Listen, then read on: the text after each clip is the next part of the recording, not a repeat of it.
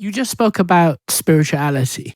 Many people around the world have different interpretations of what spirituality is or to be spiritual. Many people believe that crystals are spiritual or shamanic rituals are spiritual.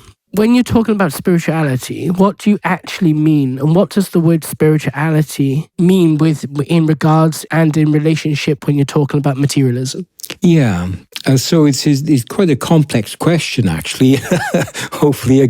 But I'd like to start with an experience that would lead into, hopefully, giving some form of answer to this wonderful question. You know, when I was 15, going on 16 years of age, my brother, who had just turned 14 years of age, he took my tape-to-tape or reel-to-reel recorder that I'd bought at that time to record songs from the wireless. It was a cheaper way of recording songs or getting records. He took my tape recorder onto the grass, and it was a lovely sort of summer evening, but he made an extension, a homemade extension to connect up with the mains power.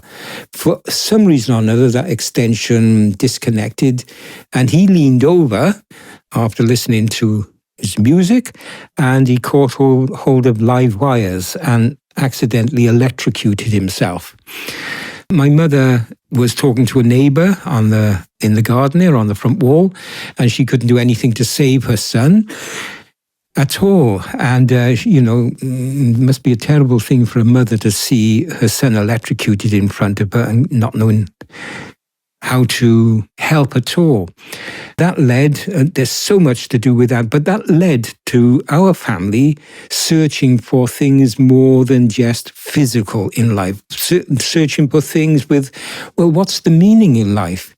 If a 14-year-old child is here today, gone tomorrow, it's an innocent, he's a child. He's not an adult where he's done things wrong. He's just training to be an adult. And yet he's taken through this accident, as millions of children die every year for various reasons. Many avoidable, like as in wars or famines. But then we start asking, well, is there a purpose to life? Is there life after death? Is everything just material? Now, my family, as I mentioned earlier, was my mum and dad were working class people. They worked hard, and we weren't rich at all. We were surviving week to week, but we had the essentials of life. And I remember my mother went out to work for a year, as well as looking after us 5 children, to earn enough money to get our first television when I was 14 years of age. So although it wasn't elaborate lifestyle we had, but nothing that we had of material possessions. We had enough food every week. We had enough, and we had clothes on our back. We had a roof over our head. We had entertainment. We had this, that, and the other. I was in school. My siblings were in school.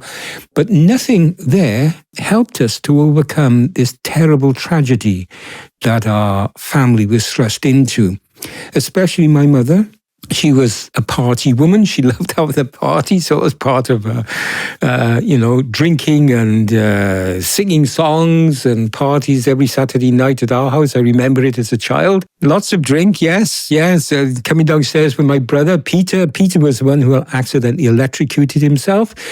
We sneaked downstairs and we would take a little bit of cider or beer from a hidden bottle somewhere and drink a bit. And anyhow, we were doing that at the age of 9, 10, 11 and so on. It wasn't right, but we quite enjoyed it, and it didn't stop my mother and father having these type of parties. Different times, wasn't it? Different times. Totally different times then, yeah. And anyhow, but my mother, being a party woman, she was absolutely, totally upset by what had happened. Of course, you can imagine it, can't you? And this changed her whole approach to life. She went on an intense search for the meaning for life, the transience of it, what's the purpose of being here? Why do these things, all these multiple questions come into play. My father, God bless him, he never really recovered from the shock of it.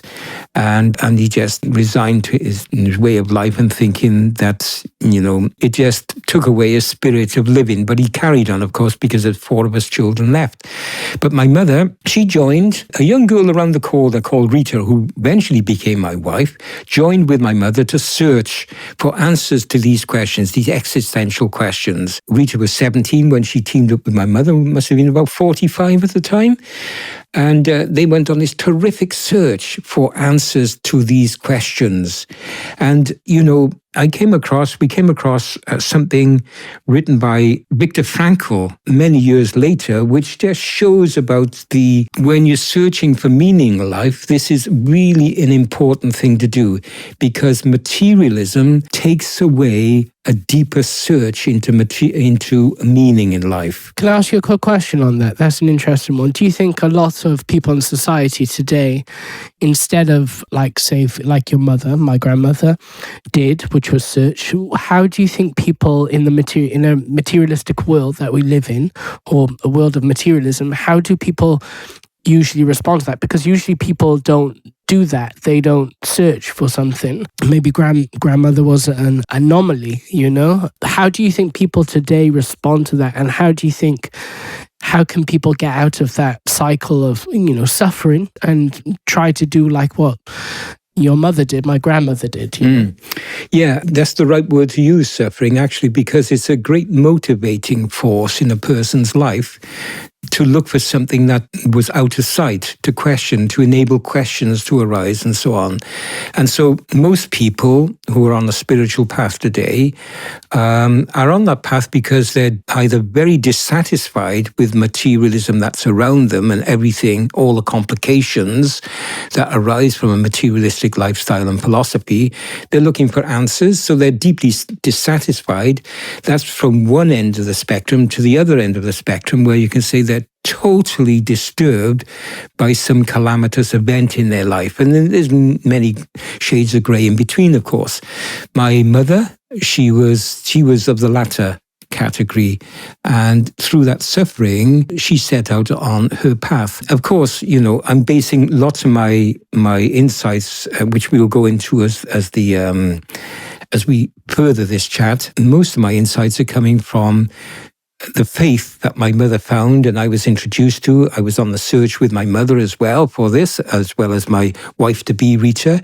And we all found the Baha'i faith together after an intense search. But the founder of the Baha'i faith said something extremely important. Well, many things, everything he said was important. One of them was that my calamity is my providence. Outwardly, it's fire and vengeance. Inwardly, it's light and mercy.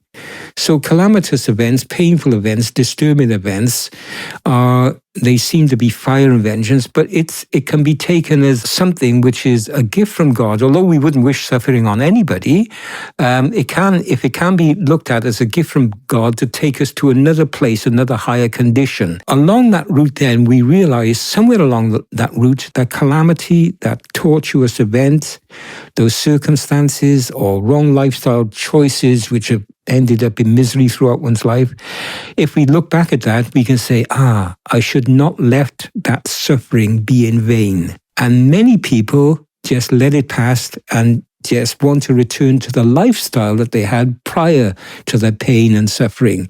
Whereas perhaps that pain and suffering came along to induce them to look for something higher in life, to look for something which is more ennobling, more satisfying, more rewarding, and more able to contribute to a happier, harmonious family and community, workplace, wherever we are.